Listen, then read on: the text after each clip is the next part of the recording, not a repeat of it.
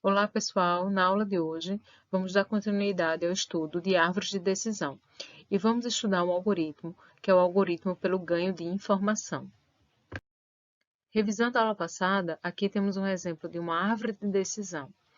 Cada nó da árvore representa a análise de um atributo. Cada aresta de um nó representa os valores que aquele atributo pode assumir. Cada folha da árvore representa uma decisão. E o percurso da raiz a uma folha corresponde a uma regra de classificação. E a ideia base para a construção do algoritmo, de uma árvore de decisão é a gente escolher um atributo da minha base de dados. Eu vou estender essa minha árvore adicionando um ramo para cada valor que esse atributo pode assumir. Depois eu vou passar os exemplos da minha base de dados para as folhas, considerando o atributo escolhido. E aí, para cada folha, eu vou analisar a subbase que está lá e verificar se os exemplos dessa subbase são todos da mesma classe. Se for da mesma classe, eu vou associar essa classe a uma folha. Se não, eu vou repetir o passo 1 e escolher um novo atributo. Um exemplo está aqui, A gente tinha aquela base lá de se eu vou dirigir ou vou andando, se minha vizinha vai dirigindo ou vai andando. E aí, aqui eu escolhi o atributo de precipitação, tá aqui. E aí, criei um ramo para cada valor que precipitação pode assumir. E peguei a minha base original aqui e subdividi ela para situações em que precipitação era none, precipitação rain e precipitação snow. E aí, quando na minha subbase, que foi gerada para cada valor que precipitação pode assumir, quando na minha subbase a decisão é única para todas as amostras, na verdade o que eu vou fazer é, eu vou colocar aqui a decisão, eu não vou mais fazer nenhuma análise. Então, eu vou colocar precipitação e snow, a decisão é drive. Mesma coisa aqui no rain, vai ficar precipitação, rain, então eu vou tomar a decisão para walk. E, no caso de none, como eu não tenho uma decisão única, eu vou escolher um novo atributo e seguir o mesmo processo. E na aula passada, a gente tentava escolher o atributo que mais tomasse decisões, Mas como a gente pode medir a habilidade de um dado atributo de tomar decisões, De discriminar as classes? E existem várias medidas, mas todas elas concordam em dois pontos. Uma é que uma divisão que mantém as proporções de classes em qualquer partição que a gente faça é inútil. Por exemplo, supondo que eu tenho o atributo vento e eu posso particionar ele em sim e não. Mas observe que tanto no sim e não, a proporção de jogar e não jogar é similar. Então, isso para mim, essa partição é inútil, porque ela não me ajuda em tomar nenhuma decisão. Tá? Em compensação, uma divisão onde cada partição, todos os exemplos são de uma mesma classe, tem a utilidade máxima. Por exemplo, se meu atributo vento de um determinado problema que eu tenho, eu vou particionar se está com vento ou se não está com vento. E nessa partição, quando eu escolho o está com vento, todas as vezes que estava com vento eu joguei, e aqui, todas as vezes que não estava com vento eu não joguei, eu tenho a utilidade máxima desse atributo, porque eu já tomo uma decisão para tudo. Entretanto, nem sempre é trivial saber qual atributo toma mais decisões. Um exemplo desses dois casos, eu tenho um atributo A1 e tenho um atributo A2 que podem ser utilizados para o meu problema. Na minha base de dados, eu tenho 64 amostras de uma classificação que eu vou chamar de positivo e negativo, tá?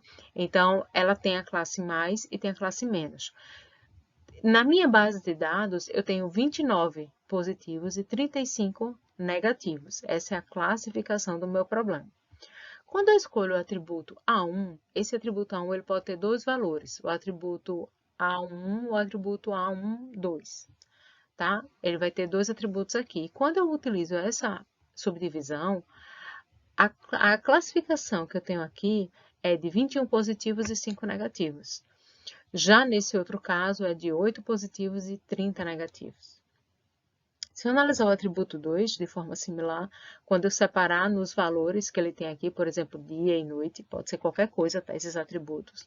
O que vai me acontecer nas minhas subbases é que aqui eu vou ter 18 positivos de classificação e 33 negativos. E aqui eu tenho 11 positivos e 2 negativos, considerando minha base inteira aqui de 64 amostras, tá? E aí, nessa situação, observe que em nenhum eu tenho uma decisão completa. Mas qual desses atributos traz um melhor ganho de informação, né? Então, qual desses atributos eu deveria escolher para montar minha árvore de decisão? A1 ou A2? Para nos ajudar a tomar essa decisão, nós vamos usar o cálculo da entropia. A entropia é uma medida de aleatoriedade, ou seja, impureza de uma dada variável. Então, quanto mais homogênea essa variável esteja, nossa entropia vai tender a zero. Quanto mais aleatória essa variável esteja, a nossa entropia tende a 1. Então, supondo uma variável de valores nominais, como é o caso das árvores de decisão, que utilizam valores nominais. Então, uma variável nominal x, tá? Que pode tomar valores i, né? Tem a entropia calculada pela seguinte fórmula, tá? Então, a entropia de x é dada por menos o somatório aqui é dos valores que i pode assumir, tá? Que a variável pode assumir, da probabilidade de cada valor ocorrer na amostra, vezes o log na base 2 dessa probabilidade desse valor acontecer. Então, eu vou mostrar um exemplo que vai ficar mais claro, tá? Então, supondo essa base de dados em que eu quero decidir se eu vou jogar ou não, tá? E eu tenho essas seguintes características que vão dizer, né, se eu vou jogar ou não. E aí, eu quero calcular a entropia apenas da variável jogar, de se eu vou jogar ou não, tá? Então, tá aqui a fórmula da entropia, só para a gente relembrar. E aí, para eu calcular a entropia, eu preciso calcular as probabilidades de cada valor acontecer. Então, eu tenho a probabilidade de jogar, que eu jogo 3 vezes dentre as 6, e tenho a probabilidade de não jogar, mesma coisa, são 3 nãos para 6 situações, tá? E aí, antes de fazer o cálculo da entropia, eu gostaria de relembrar algumas propriedades, né? Primeiro que o logaritmo, na verdade, é uma exponencial, né? Então, o log de A na base B é igual a C. Isso implica que B elevado a C é igual a A, tá?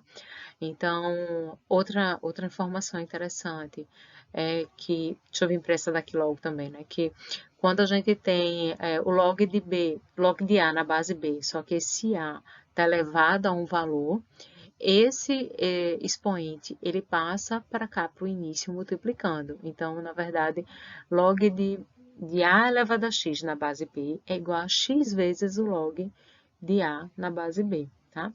E outra propriedade é de divisão aqui, que se eu tenho 1 sobre x, isso é equivalente a transformar esse expoente aqui em x elevado a menos 1. Estou colocando essas propriedades porque a gente vai utilizar elas na resolução dessa entropia aqui para a variável jogar. Então, bom, eu vou calcular aqui a entropia. Então, essa entropia de jogar, ela é igual a menos, que é esse menos aqui, né? E eu vou botar entre colchetes esse somatório aqui, tá? Então, esse somatório, na verdade, ele só tem a P de I, né? O I só tem dois valores, que é o P de sim e o P de não, que é a probabilidade de sim e probabilidade de não. Então, eu tenho a probabilidade de jogar, que é 1 sobre 2, né? Vezes o log de 1 sobre 2 na base 2. Então, esse aqui é a probabilidade de jogar, é a primeira situação, mais a probabilidade de não jogar, que também, né? 1 sobre 2 vezes log de 1 sobre 2 na base 2, tá? Então, aqui eu montei a fórmula da minha entropia para jogar. E aí, resolvendo esse cálculo, né, a primeira coisa que eu vou fazer é usar essa propriedade e eu vou colocar esse carinha aqui, né, em 2 elevado a menos 1, tá? Fiz isso nos dois lados, tá? Depois que eu fiz isso, eu vou utilizar essa propriedade e passar o menos 1 para aqui, para o início. Então, vai ficar a mesma coisa, né, 1 sobre 2 vezes menos 1 vezes log de 2 na base 2, tá? E aí, para finalizar, vou utilizar essa propriedade log, né? Qual é o expoente, né? Que elevado a 2 elevado a que expoente dá 2? Então, o valor é 1, né? 2 elevado a 1 dá 2. Então, o log de 2 na base 2 é 1. E aí está o cálculo aqui, né? Só substituindo isso aqui por 1. E fazendo esse cálculo final, a gente tem menos, aqui eu tenho 1 meio, né? Vezes menos 1 vezes 1. Então, isso aqui dá menos 1 meio. Mesma coisa aqui embaixo. 1 meio, 1 sobre 2, né? Eu tô falando meio, na verdade é só meio. Vezes menos 1 vezes 1, que dá menos 1 sobre 2 novamente. Menos 1 sobre 2, menos 1 sobre 2 dá menos 1, menos 1. Com menos aqui. Então, é só o destrinchar do cálculo. E o que é que eu estou mostrando para vocês? Numa situação em que eu tenho duas variáveis e essas variáveis acontecem sempre, eu tenho a entropia máxima, tá? É como jogar uma moeda para cima. Pode cair cara, pode cair coroa. Se ela não estiver viciada, a probabilidade é exatamente igual. É metade para sim, metade para não, tá? Então, nessa situação, a gente diz que a gente tem a entropia máxima. Por isso, o valor é igual a 1. Já nesse outro caso, observa que em situações diferentes a decisão foi sempre de jogar. Então, aqui eu tenho a entropia mínima. Por quê? Bom, vamos fazer aqui os cálculos para a gente entender, tá? Então, a probabilidade de eu jogar foi de 0 para 6 vezes e a probabilidade de eu não jogar foi de 6 para as 6 vezes, ou seja, 1. Então, se eu coloco isso aqui na fórmula, eu tenho menos, né, e 0, que é a probabilidade de jogar, vezes o log de 2, log de 0 na base 2, mais 1, que é a probabilidade de não jogar, vezes log de 1 na base 2. Aqui a gente vai assumir que 0 vezes qualquer coisa dá 0, tá? A gente vai assumir, vai ignorar que não existe nenhum número que elevado a alguma coisa dá 0, tá? Então, no caso, esse log aqui é considerado indefinido. Mas a gente considera que qualquer número elevado vezes 0 é 0, né? Então, esse cálculo aqui vai dar 0, mas qual o valor que 2 elevado a que valor dá 1? Na verdade, qualquer número elevado a 0 dá 1, né? Então, o resultado desse log aqui é 0. Então, aqui vai dar 0 mais 1 vezes 0. Então, esse cálculo aqui dá 0 mais 0, 0. Tá? Então, observe que aqui a gente teve a entropia mínima. E se a gente analisar a fórmula da entropia, a gente tem o seguinte gráfico, em que ele mostra para a gente exatamente o que a gente acabou de calcular, né? Quando a gente está aqui tendendo a esse zero aqui é o impossível, porque seria o log de zero, por isso que ele coloca aqui impossível, tá? Aqui é a probabilidade de ocorrência de 50%, ou seja, é a aleatoriedade máxima, a gente tende a 1. E quando a gente tem um valor certo, o valor 1, por exemplo, a gente tem aleatoriedade mínima. Então, a entropia ela é mínima quando a gente tem o certo, que a gente chama, tá? Então, essa é a ideia do gráfico da entropia. Então, vamos analisar em um exemplo, tá? Vendo essa base aqui mais completa, né? Mas é o mesmo problema, agora eu quero decidir se eu vou ou não jogar tênis. E a minha decisão, ela depende dos atributos tempo, temperatura, umidade e vento. Então, aqui eu vou fazer o cálculo da entropia da variável jogar, tá? Então, a minha variável S, na verdade, é a variável jogar. É uma coleção de 14 exemplos, incluindo 9 positivos, 1, 2, 3, 4, 5, 6, 7, 8, 9, e 5 negativos, 1, 2, 3, 4, 5. Tá? Então, na anotação, a gente vai usar sempre assim, ó, 9 positivos, 9 sims e 5 não, certo? Então, a entropia de S, a entropia de jogar, em relação à classificação sim e não, é dada por, e aqui eu tenho a fórmula da entropia, tá? Então, eu vou colocar esses valores baseados nessas fórmulas. P de I é sim ou não, e P de I é a probabilidade de sim ocorrer ou a probabilidade de não ocorrer, tá? Então, eu vou colocar aqui os valores. Qual é a probabilidade de sim ocorrer? É 9 sobre 14, ou seja, ocorreu 9 vezes das 14 amostras totais, tá? Então, coloquei aqui a probabilidade do sim, coloquei aqui a probabilidade do não. Então, fazendo o cálculo dessa expressão, a gente tem que o valor da entropia para jogar é de 0,94. Ok, professora, você calculou a entropia de decidir se vai jogar ou não vai jogar, mas no que é que isso me ajuda a analisar qual atributo, né, tem maior poder de decisão? Bom, na verdade a gente vai fazer o cálculo da entropia da classe, como a gente fez agora, e vai fazer o cálculo da entropia de cada atributo e cada valor que os atributos podem assumir, tá? Então, para esse cálculo, a gente vai chamar isso de ganho de informação. Qual atributo traz mais informação para que a gente possa tomar decisão? O atributo que traz mais informação é aquele atributo escolhido para a gente usar, porque ele indica, tá? Ele dá uma tendência para a gente de que ele consegue tomar melhor a decisão. Fazendo um exemplo, tá? Vamos analisar o atributo tempo, certo? O atributo tempo, ele possui 3 valores: sol, nublado e chuva, tá? Então, a gente vai utilizar essa anotação aqui para ficar mais fácil da gente conseguir colocar os valores lá da nossa entropia nas probabilidades. Então, aqui eu coloquei a nossa decisão, montei uma tabelinha aqui, tá? Que é se eu jogo ou não jogo. Então, se vocês observarem, sim, eu tinha 9 vezes, né? Então, se você somar aqui as situações, eu tenho 9. E o não tenho 5 vezes, tá? Aqui as situações do não, se você somar, eu tenho não. Só que eu vou analisar o meu atributo tempo. Então, se eu vou analisar o meu atributo tempo, eu tenho que analisar qual é o ganho de informação que eu vou ter se eu particionar tempo em sol, chuva e nublado. Essas bases de dados, qual vai ser o ganho de informação que essas subbases vão me dar, vão trazer para o problema? Então, para fazer isso, eu tenho que analisar, olha, quando faz sol ocorreu 5 vezes. Tá aqui, ó, 1, 2, 3, 4, 5.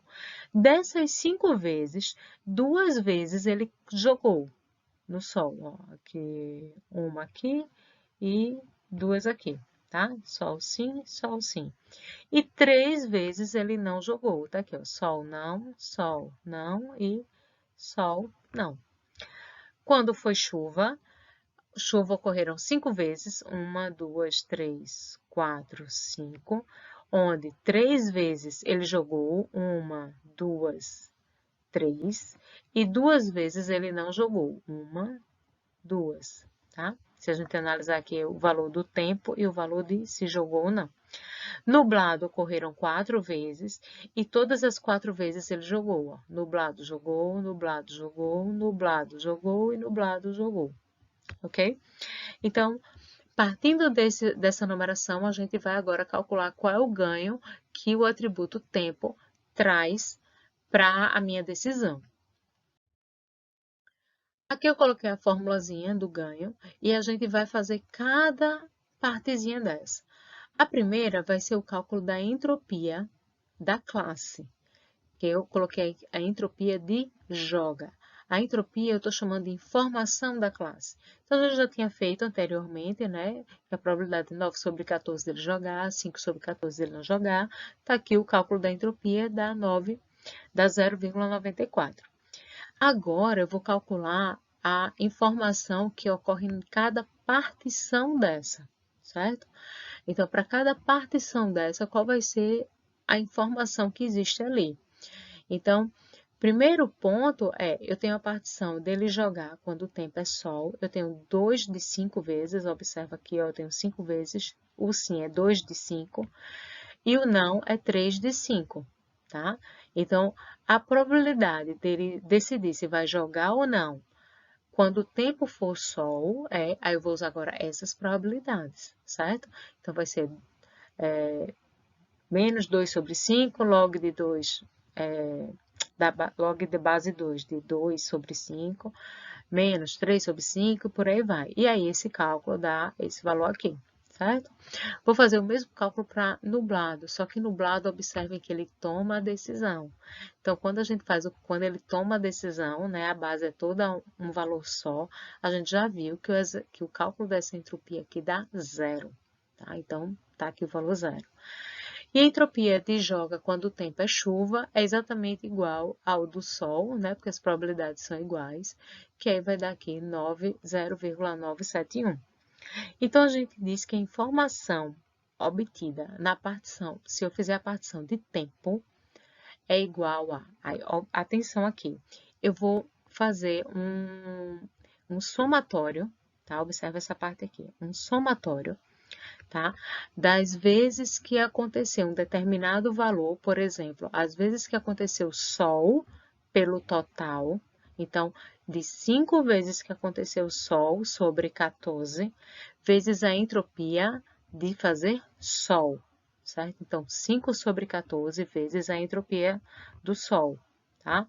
Aqui, 4 sobre 14 vezes zero, que é a entropia de nublado, tá? Nublado ocorre só 4 vezes. E mais 5 dividido por 14 vezes a entropia de chuva, tá? Tá aqui. Então, isso aqui é a informação obtida da variável tempo.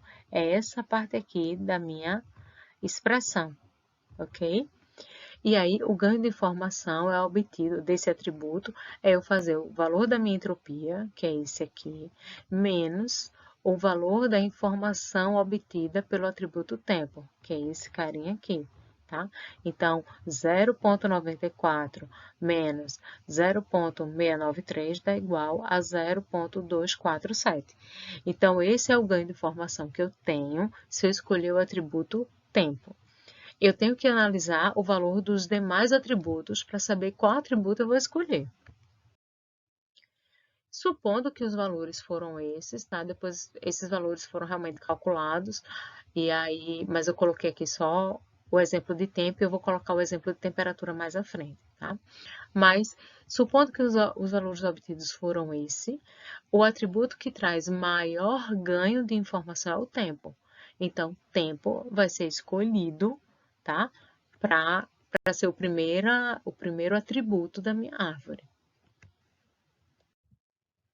Então, tá aqui, escolhi primeiro tempo, fiz a ramificação desse nó. Então, eu tenho, quando a minha decisão do tempo foi igual a Sol, eu tenho aqui minha subbase, né, de tudo, todas as vezes que foi Sol. Todas as vezes que foi nublado, ele já toma a decisão, sim, ele vai jogar. E todas as vezes que foi chuva, está aqui minha subbase. E agora eu vou fazer o mesmo procedimento para escolher qual vai ser o próximo atributo que eu vou analisar aqui. Nesse caso, supondo que os valores de ganho de informação forem esses. Qual atributo que eu devo colocar aqui? Umidade, que foi o valor que teve maior ganho de informação, ok? Bom, e aí, se vocês observarem a nossa tabela, ela só tem dois valores que são nominais, que é o tempo, que tem sol, nublado e chuva, e o vento, que é se está chovendo ou não. Tanto temperatura quanto umidade é um valor numérico contínuo. Só que a gente sabe que a árvore de decisão só aceita valores nominais ou valores simbólicos. E aí existe uma forma da gente fazer a conversão, né, de um valor numérico para um valor nominal. Eu conversei com vocês em aulas passadas que uma das formas é se eu tenho informação sobre o que é aquele atributo. Digamos que eu tenho um atributo que tem lá temperatura.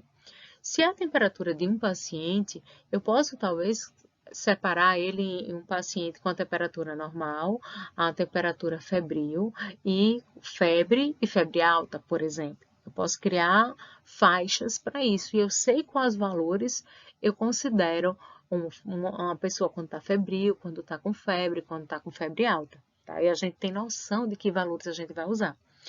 Agora, quando a gente não tem a menor noção do que fazer com aqueles valores, eu tenho valores ali que eu não tenho a menor noção do que eles significam, aí o que é que eu posso fazer para normalizar esses valores, tá?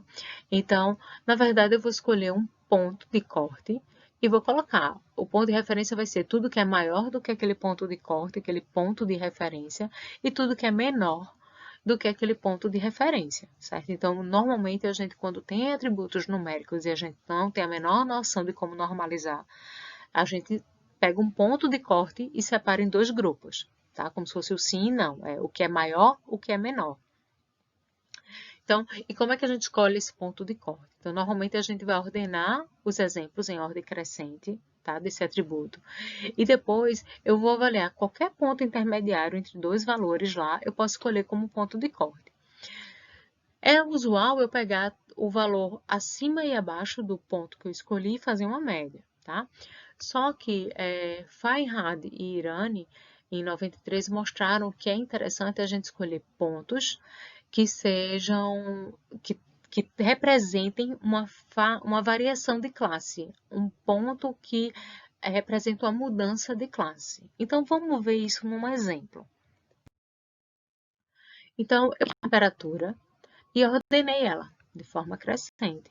Óbvio que eu coloquei as decisões também ordenadas para que não, assim, a dessa amostra, quando foi 64, a decisão de jogar foi sim. A dessa amostra, quando a temperatura foi 65, a decisão de jogar foi não. Enfim, tá? Tá tudo organizadinho aqui. E aí, o que é que o algoritmo diz? Você pode escolher qualquer ponto de corte desse, seleciona um, faz uma média entre o ponto que está acima e o ponto que está abaixo. Só que aí, em 93, aqueles dois autores, eles analisaram que o melhor ponto de corte era quando a gente tinha uma variação de decisão. Então, eu vou avaliar sempre que houver uma variação de decisão, é um provável candidato a ponto de corte. Então, aqui, ó, ocorre a variação de decisão. Aqui era sim, passou para não. Então, esse cara, eu posso usar isso como ponto de corte. Esse outro aqui, ó, era não, passou para sim. É um outro candidato a ponto de corte, tá? Aqui, é um outro candidato a ponto de corte, houve variação. Aqui, esse aqui eu queria dar um destaque, ó. Apesar dele ter uma variação em decisão, ele não tem uma variação numérica. Então, esse cara não é um candidato a ponto de corte, tá? O 72, 72 não é um candidato. Aqui é um outro candidato a ponto de corte, aqui um outro e aqui um outro candidato. Tá. E desses candidatos, qual eu vou escolher? Qualquer um. Aleatório. Qualquer um deles. Nesse exemplo aqui em questão, eu escolhi esse ponto de corte. Então, eu fiz 70 mais 71, dividi por 2, dá 70,5. Então, eu vou analisar a minha temperatura em temperaturas que são menores do que 70,5 e temperaturas que são maiores do que 70,5. E como é que eu vou medir o ganho de informação dessa partição? Tá aqui. Eu vou fazer essa normalização aqui, que a gente chama, né, do que é maior do que 70,5, do que é menor do que 70,5, e vou ter novamente aquela ideia, ó, eu tenho 4 sims e 1 não. Aqui eu tenho o quê? 1, 2, 3, 4 nãos e 1, 2, 3, 4, 5 sims. Tá? Então, eu vou fazer minha partição do mesmo jeito, só que agora eu tenho o que é menor do que 70,5 e o que é maior do que 70,5. Tá? Fazendo esses cálculos, né, eu tenho aqui, ó, para esse primeiro caso, que é o que é menor do que 70,5, eu tenho 5 amostras, 4 de 5 foi sim, uma de 5 foi não. Já para o outro caso, né, o que é maior do que 70, eu tenho 5 de 9 foram sim e 4 de 9 foram não. Vou colocar esses valores aqui nas probabilidades, vou ter o valor para as duas partições. Aí, vou fazer agora o ganho de informação de temperatura, que é quantos vieram para esse lado? 5 de 14, beleza. Aí, eu vou multiplicar pela entropia desse carinha aqui, que foi 0,721. Aí, mais 9 de 14 vezes essa outra entropia, que é 0,991. Então, o ganho, a informação obtida por temperatura é de 0,895. Então, se eu analisar o ganho de informação do atributo temperatura, eu vou pegar a entropia da minha classe, que é aquela primeira que a gente calculou, que é 0,94, menos a informação da minha entropia temperatura. Então, o valor que eu obtive foi 0,045, tá? Bom, e aí, um outro problema que a gente pode ter é quando a gente tem atributos desconhecidos, tá? E aí, nessa situação, mais uma vez, né, relembrando que a gente viu na aula passada, a gente pode tentar substituir o valor desconhecido, fazendo algum pré-processamento.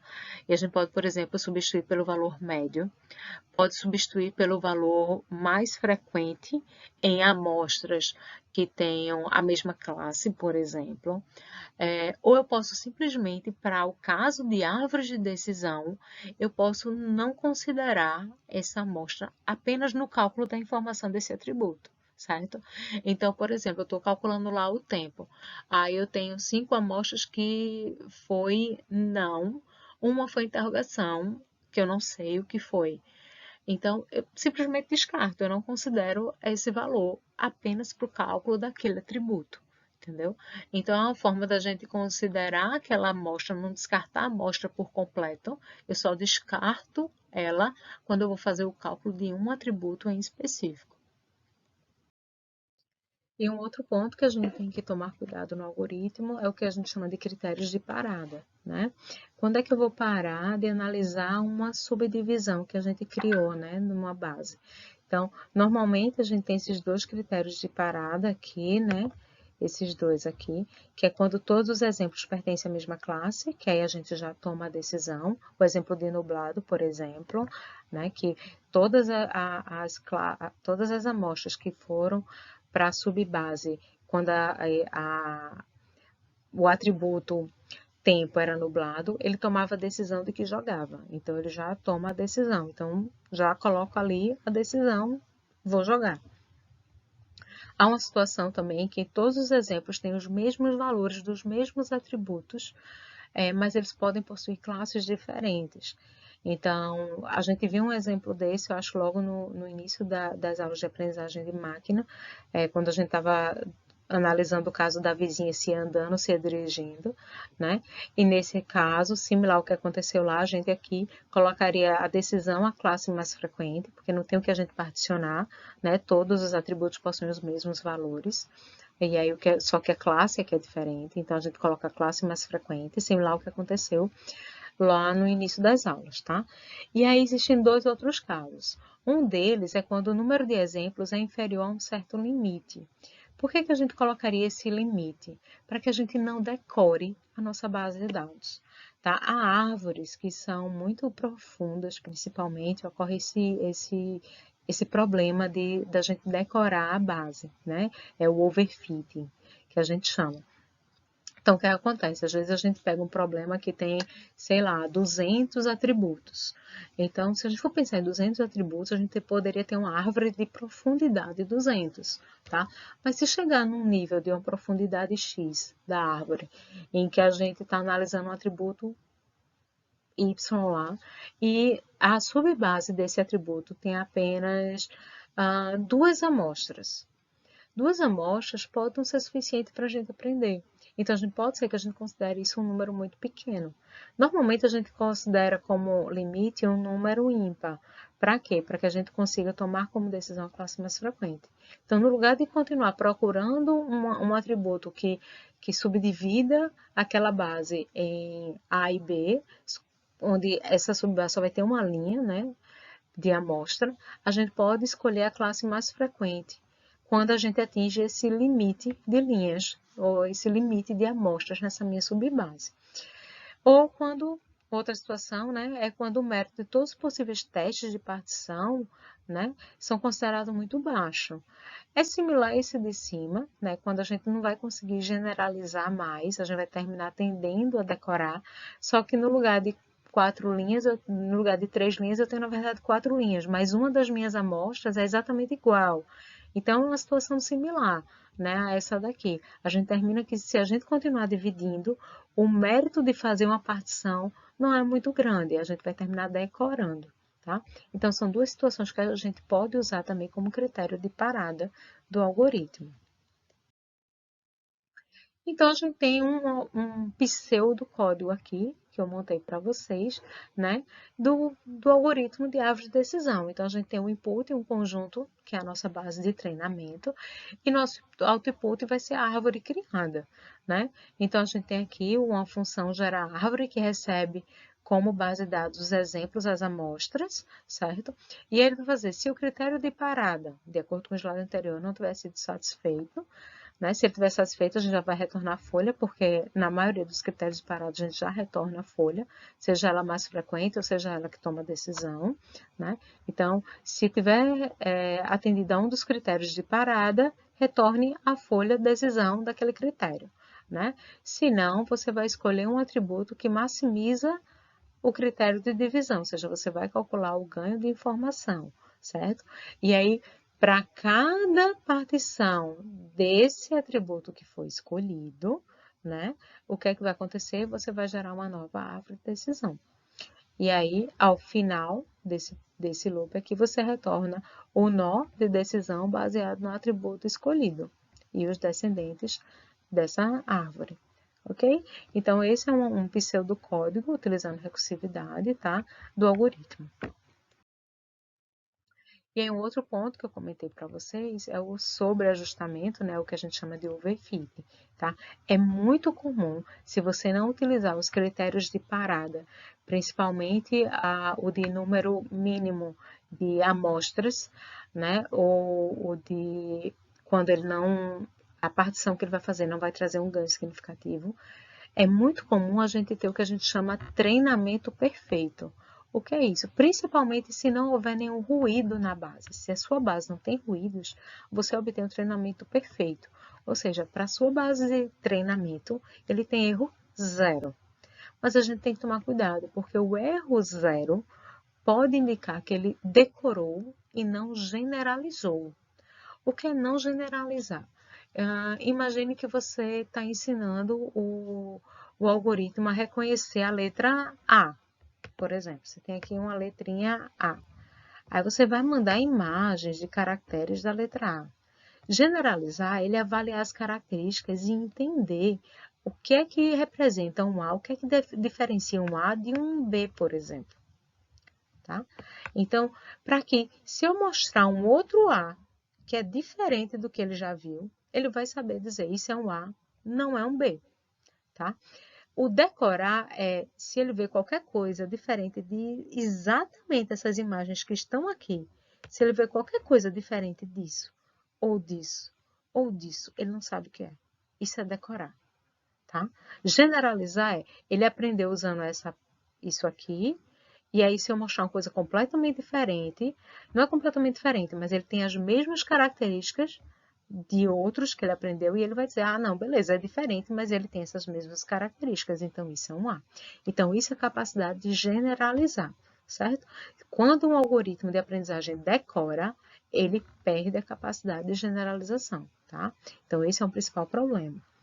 Um outro ponto que é comum ocorrer o sobreajustamento é quando as árvores elas têm um conjunto de características muito grandes, 30, 40 características ou atributos, né? E aí termina que a árvore fica muito profunda. E se você não está usando a técnica de poda, que a gente chama, que é limitar o número, né, de linhas, o que acontece muitas vezes é que ele vai decorar, né? Então, a partir de uma certa profundidade, as decisões tomadas são baseadas em pequenos conjuntos de exemplos, né? E aí a capacidade de generalização para exemplos que não são utilizados, né, na construção da árvore termina diminuindo. Ou seja, quando eu vou analisar um conjunto de teste que não foi usado na construção da árvore, ele não consegue classificar de forma correta, tá? Então, cuidado que a gente tem que ter com a árvore de decisão. Aqui é um exemplo do que a gente obtém, né, quando ocorre o erro de overfitting, né? A gente tem um conjunto de treinamento em que a cada iteração, o erro nesse nosso conjunto de treinamento está diminuindo, certo? Mas quando a gente vai analisar um conjunto de teste, a gente observa que num dado ponto o erro começou a subir. Então ele não está aprendendo, né? Ele está decorando. Não adianta continuar criando uma árvore mais profunda, tá? É melhor criar uma árvore com nós, com menos nós, digamos assim, com um número de profundidade menor, tá bom? E aí uma coisa interessante é que a árvore de decisão, ela pode se tornar regras de decisão. Então, você pode criar todo o percurso da raiz a uma folha, se torna uma regra, tá? para se tomar uma decisão. Eu analiso se o tempo for sol, a umidade for alta, então não vou jogar. Se o tempo for sol e a umidade normal, então eu jogo. Se o tempo estiver nublado, eu vou jogar. Se estiver chovendo e o vento for forte, eu não jogo. Mas se estiver chovendo e o vento for fraco, eu jogo. Então eu começo a criar regras que podem ser codificadas, inclusive, com if else. Bom, e aí esse algoritmo que a gente estudou, né, o algoritmo pelo ganho de informação usando a entropia, é conhecido como algoritmo ID3. Para esse algoritmo, a base precisa ter atributos nominais, tá? E eu não posso ter dados faltando. E ele utiliza como critério de parada, né, ter todos os exemplos pertencentes à mesma classe, ou todos os exemplos têm os mesmos valores de atributos, mas classes diferentes. Ou seja, ele não usa poda, né? Ele não usa aquela situação de que se eu tiver um número X de exemplos, eu não continuo o algoritmo. Não, ele vai até ter uma decisão, né? Bom, esse é o algoritmo chamado ID3. E aí existe outro algoritmo, que é o C4.5, que é exatamente o algoritmo que a professora Aida mostrou para vocês no ECA, que é o J48. Quais são as diferenças? Ele é baseado no ID3, só que ele consegue lidar com atributos simbólicos e numéricos. O que é que ele faz com atributos numéricos? Faz aquele algoritmo que eu falei de partição automática. Ele vai escolher aleatoriamente um ponto de corte, baseado naqueles critérios, né, de ter uma variação de classe e ser não ser, na variação de classe não ser o mesmo valor numérico, né, ser um valor diferente. Então, ele vai escolher um daqueles pontos de corte, vai usar como ponto de corte e vai transformar aquilo em um dado simbólico, tá? Ele consegue lidar com dados de treinamento com atributos incompletos, que a gente chama de atributos faltando. Então, o que é que ele faz? Ele simplesmente rotula aquilo como interrogação, né? E não contabiliza, né, essas interrogações no cálculo da entropia. E ele também utiliza a poda para evitar o overfitting, tá? E aí esse valor de poda ele pode até ser configurado, mas o padrão dele, na verdade, é ele faz a árvore inteira e depois ele sai voltando os nós, analisando se a partição obtida ali é uma partição que traz para ele um ganho de informação ou é uma partição que envolve uma quantidade pequena de amostras. Aí isso a gente chama de poda, né? E é o que ele faz, o algoritmo lá, o C4.5, tá? Bom, era isso que a gente tinha para ver hoje. Obrigada, espero que tenham gostado da aula.